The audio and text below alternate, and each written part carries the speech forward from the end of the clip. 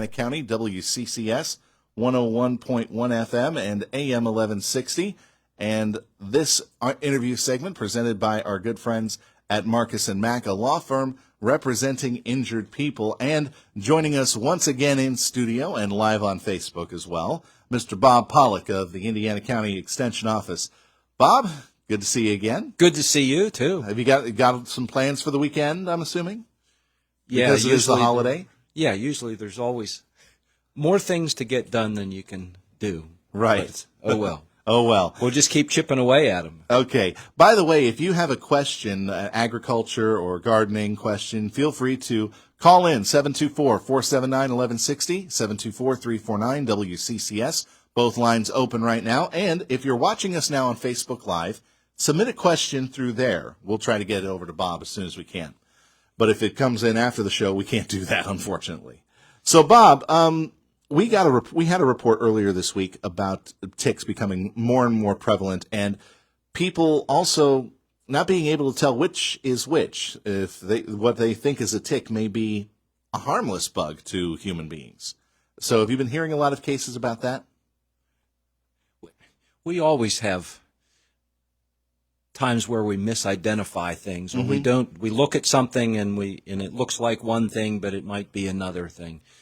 So that really, what you can do there is, if you're not sure and you can collect a sample, if you get that to our office at 827 Water Street, we'd be glad to help try to identify the bug that you think you have, and help sort that out, rather than just guessing. Or sometimes it's very challenging to look it up online. Things can look different. They can be in a different scale. They can look bigger or smaller than they actually are. It can be a little challenging to really identify. And then when you get into ticks, as well as some other types of creatures, there's a lot of variation. And telling one species from another can be very challenging too. Okay. So anyhow, you can submit samples. It works best to put them in an old pill bottle or similar type container. Remove the label and use that as a container to put them in. We have an insect identification form that you can fill out, which helps. Where did you find it, and how often have you seen it, and those details. And then if we can't figure it out at the office, then we have an entomologist at Penn State that we can submit that sample to. And with ticks, a lot of times that's how we'll handle that, because their life stages, as they molt and they change, there can be just enough similarities that it can be hard to tell which species that you have. So anyhow, we can submit that and get a positive ID on those. Of course, we heard all the safety tips when it comes to dealing with ticks. First off, wear light-colored clothing, because that'll make a tick stand out against there, and you can probably pick it off just as easy. Stuff your pants into your socks, which is a pretty good piece of advice. And just kind of check yourself, and if your family went out, make sure you kind of check each other as well. Yes, and people that are outdoors a lot, and environment-wise, it's not just when you might go to the woods or to a park. It can be in your own backyard. Yeah. So being aware of, what kind of animals, visit your neighborhood. Do you have deer around the neighborhood fairly frequently? Are there other fur-bearing animals that venture into the neighborhood? And so all those things can move ticks around, as well as other insects. But those are one example. So just because you're in your own backyard doesn't mean that you can't pick up a tick. Right. So be careful. So now that we are in the backyard, let's take a look at things from the backyard gardener's perspective here. This is the time of year where we're seeing a lot of things come up. We're seeing the vegetables starting to come in. We're seeing the flowers really in bloom. But I do know of a few cases where the deer have come in and have nibbled the blooms off the blooming flowers. So outside of putting up fences that might be difficult to deal with, is there some sort of like natural remedy? Because I've heard the old rumor like you get hair clippings and you put them down around, and the deer don't like those and they stay away. Yeah, so there's a lot of different options Yeah. and things that you can try. Some new things can work for a while, like hair. So it's a scent. So there's an association then by that animal that, okay, this is something that's different. It's something that I need to be naturally wary of. And so that's how a lot of these repellent type options can work, because it puts either fear or it just alerts the animal that something's not right and maybe I should stay away. A lot of times, and you have to try things. It depends on how familiar they are with humans. A lot of deer that might be around the borough or the townships that frequently are around where people are, up in White's Woods. Those animals, you can almost walk up to them. They're so tame, and they're not tame, but they are used to. But they're used to humans being that close. Yes, everybody in that same sandbox playing, essentially. Yeah. So you build up. There's no fear there, and no cause for fear. So you just have to try different things and see how they work. And then things can work for a while, until they don't. Yeah. So the same thing with the human hair. Until they get used to it. They get used to it. They find out that, oh, well, I can walk right here and nothing's going to happen to me. And so then that starts to become repetition, and you revisit, and the flowers grow back a little bit, and then deer are there the next night to chew them off. To chew them off again. It just seems like an endless cycle. And there's other repellents. There's spray-on repellents, and some of those are odor-based. They might have rotten egg odor in there. Okay. There are ones that are, the predator-prey deals where, some animals are the predator, some are the prey. So the scents from those are in some products. Oh, okay.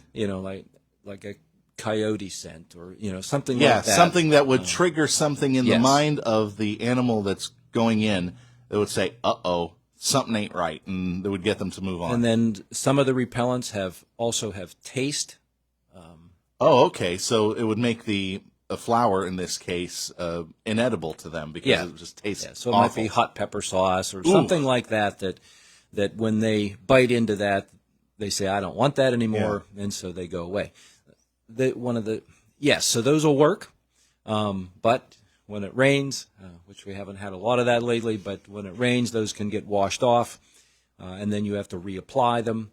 They're generally not inexpensive, so it can add up over time. Yeah. But But again, that can be used. Use something until it doesn't work, and then switch or alternate things so that you can kind of keep them at bay a little bit. All right. So it still sounds like the best way to prevent this is maybe a fence or a barricade of some sort. Long term. Yeah. Yeah, especially if the pressure is there all the time. That's where you tend to, because it just adds up. Eventually, you can be spending more money on repellents than it would have cost to put a fence in, whether it be permanent or even temporary. Some, in the backyard it can be, or the front yard, it can be easier. If you just have one or two plants that need protected, you might have just a couple of things that are that deer or other animals find tasty. Yeah. And you just protect those, and everything else is okay. There's a lot of resistant plants, so if you can, mix in a couple susceptible ones with more resistant plants that they don't bother, then that can work as well. Yeah. All right. So what are some other things that the backyard gardener should be thinking about this time of year? This time of year, with the weather conditions we've had, nice, wonderful summer weather. Yeah. Which can also, it's good for some things, can also stress plants. So we really have to pay attention, especially things that are in containers, to water them and feed them regularly. Just because the days get hot, most of those potting soils that we use for containerized plants will dry out very quickly. You can water them. You might need to water them 2 or 3 times a day, depending, on the size of the container and the volume of soil that's there, and the plants, how full they are, how much they shade the soil to help, minimize that number of time. But you still have to really, one day they'll be wilted and gone. Yeah, it'll be like all of a sudden, oh my gosh. Yeah. All right, so this is kind of the time of year then, just maintenance, keeping an eye on things, making sure that continues on until the natural lifespan kind of gives out then. Flowers can look really good one day, and then, a week from now they can be declining. There are some insect pests that can attack some of the flowers. They feed. Some can be caterpillars, but spider mites are really common. They're very tiny. We don't, you look at the plant, you don't tend to see them crawling around because they can be as small as just the dot, on a piece of paper from a pencil or a pen, or smaller than that. So you've got to look at those plants. If you start to see the color fading on the leaves a little bit, if they don't look quite right, if they're not deep green, they're starting to lighten up in color, then look at that closer. You can hold a little piece of paper underneath, tap that, and then if there are mites on there, some of them will drop down on the paper, and you can see them. That's a good visual. Yeah. You'll see them moving around. You'll see a different color, and that can be then you can take action from there. Very quickly, we do have a caller on the line. Caller, what's your question for Bob? Hello. Oh, I guess they thought they weren't getting through. Well, we are getting close to time, so I was kind of wondering. But we're just about at the mark anyway. But I tell you what, thanks for coming in, Bob. You're welcome. Talking about some things from the backyard gardener's perspective as we continue on through the summer months. Have a happy and safe 4th of July, will you, please? You as well. All right, thank you. This is Indiana in the Morning, presented by First Commonwealth Bank on the Voice of Indiana County, WCCS 101.1 FM, AM 1160. And our segments are brought to you, as always, by Marcus & Mack, a law firm representing injured people. Coming up next on Indiana in the Morning in our 8 o'clock hour, we'll be talking with State Senator Joe Pittman right after the 8 o'clock news.